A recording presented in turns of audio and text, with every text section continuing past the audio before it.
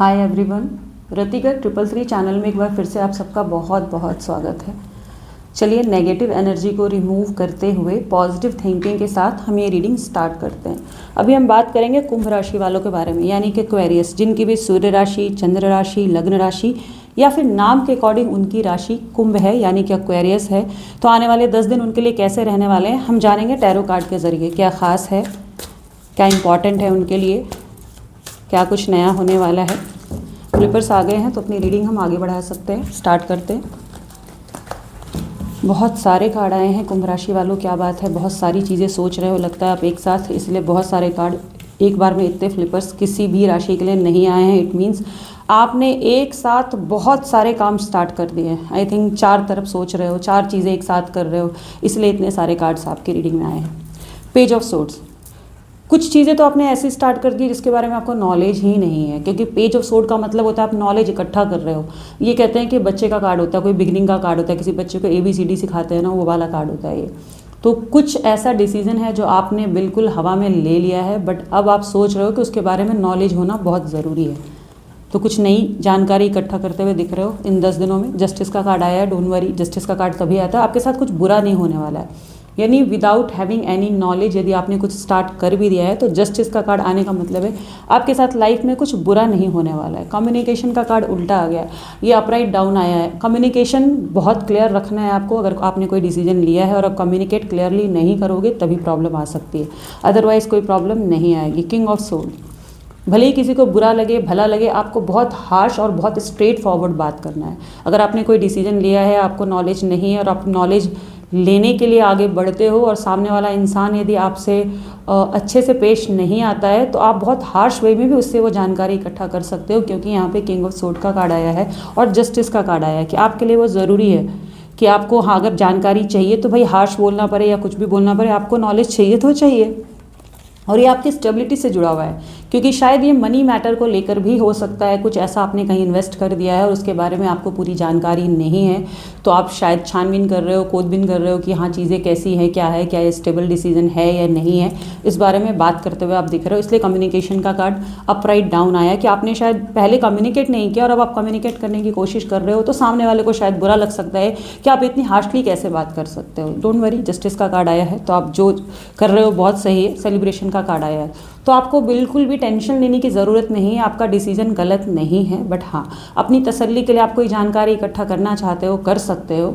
और सेलिब्रेशन का कार्ड आने का मतलब है कि आपने जो डिसीजन लिया है वो स्टेबिलिटी से रिलेटेड हो सकता है। ये देखो मैरिज का भी कार्ड होता है, 4 ऑफ वॉन्ड्स, हो सकता है कुछ लोग अपनी शादी का भी डिसीजन ले लें और सेलिब्रेशन का मौका मिले। तो इन 10 दिनों में आप कुछ भी डिसाइड कर सकते हो या आपने जो डिसीजन लिया है उसके बारे में सोचते हुए दिखाई दे रहे हो। डेफिनेटली ये शादी का भी कार्ड हो सकता है, क्योंकि यहाँ पे 2 ऑफ कप्स आया है। सोलमेट का कार्ड, ट्रू लव का कार्ड होता है, ट्विन फ्लेम का कार्ड होता है। तो आपकी लाइफ में यदि कोई ऐसा इंसान है तो शायद आप कमिटमेंट के बारे में सोच सकते हो इन 10 दिनों में। द एम्परर का कार्ड आया है, because you are the owner of your life. तो आप डिसाइड कर सकते हो, अपनी स्टोरी आप खुद लिख सकते हो। 2 of cups, celebration plus the emperor, it means आपके लाइफ में एंड द स्टेबिलिटी। सी, ये सारे कार्ड्स ना एक दूसरे से बहुत ही कनेक्टेड हैं।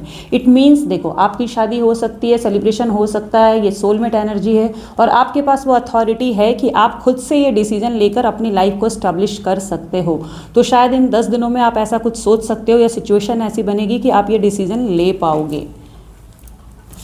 जो लोग भी शादी के लायक हैं उनके लिए शादी उनकी हो सकती है, और जो लोग स्टेबिलिटी से रिलेटेड सोच रहे हैं, जो लोग ऑलरेडी मैरिड हैं या फिर जिनकी एज हो चुकी है, ऑलरेडी उनके बच्चे हैं, तो वो अपनी स्टेबिलिटी को लेकर के कोई डिसीजन लेने वाले हैं जिसके लिए उनको सेलिब्रेशन करने का मौका मिलेगा, ऐसी अपॉर्चुनिटी आएगी। बॉटम ऑफ द डेक है द हर्मिट। आपको, जैसे मैंने पहला कार्ड बोला ना कि पेज ऑफ सोर्ड्स, आपको किसी चीज़ की जानकारी नहीं थी और आपने क्या किया ना, कोई डिसीजन ले लिया है, उसके बाद आप एनालिसिस कर रहे हो। कभी कभी क्या होता है, इम्पल्सिव होकर हम कोई डिसीजन ले लेते हैं, उसके बाद हम सोचते हैं कि हमने सही किया, गलत किया, क्या किया। तो ये बॉटम ऑफ द डेक है द हर्मिट की। इतना सोचने की ज़रूरत नहीं है, क्योंकि जब जस्टिस कार्ड आता है तो हम कहते हैं कि आपके साथ नाइंसाफ़ी हो ही नहीं सकती है। जो भी डिसीजन आपने लिया है ये ओनली आपका डिसीजन नहीं था, ये डिवाइन की तरफ से एक ब्लेसिंग थी, एक गाइडेंस था, या उन्होंने शायद ऐसी सिचुएशन की आपके लिए कि आपने वो डिसीजन लिया, तो इट वाज गाइडेड डिसीजन। तो आपको टेंशन लेने की बिल्कुल ज़रूरत नहीं है। चलिए देखते हैं आपके लिए एडवाइस क्या है आने वाले 10 दिनों में कुंभ राशि वालों के लिए। क्या ख़ास है, उनको क्या करना है, क्या नहीं करना है, क्या एडवाइस है उनके लिए, चलिए जानते हैं। एनी एडवाइस फॉर एक्वेरियस, कुंभ राशि। शायद आप किसी की एडवाइस मानते नहीं हो, तभी फ्लिपर नहीं आया है। कोई एडवाइस दे भी दे तो शायद आप उस एडवाइस को मानते नहीं हो। इंट्यूशन का कार्ड है, आपका इंट्यूशन ऑलरेडी इतना स्ट्रांग है कि आपको किसी की एडवाइस की ज़रूरत ही नहीं है, फिर भी एडवाइस का कार्ड आया है। इट मीन्स 22 नंबर होता है मास्टर नंबर, तो आपको इंट्यूशन को फॉलो करना है, अपने ही इंट्यूशन को फॉलो करना है। आप रास्ता नहीं भटकोगे और सही रास्ते पर ही जाओगे। हैप्पी एंडिंग, जब अपने इंट्यूशन को फॉलो करोगे हैप्पी एंडिंग पे पहुंचोगे, सारी चीज़ें अच्छी होंगी।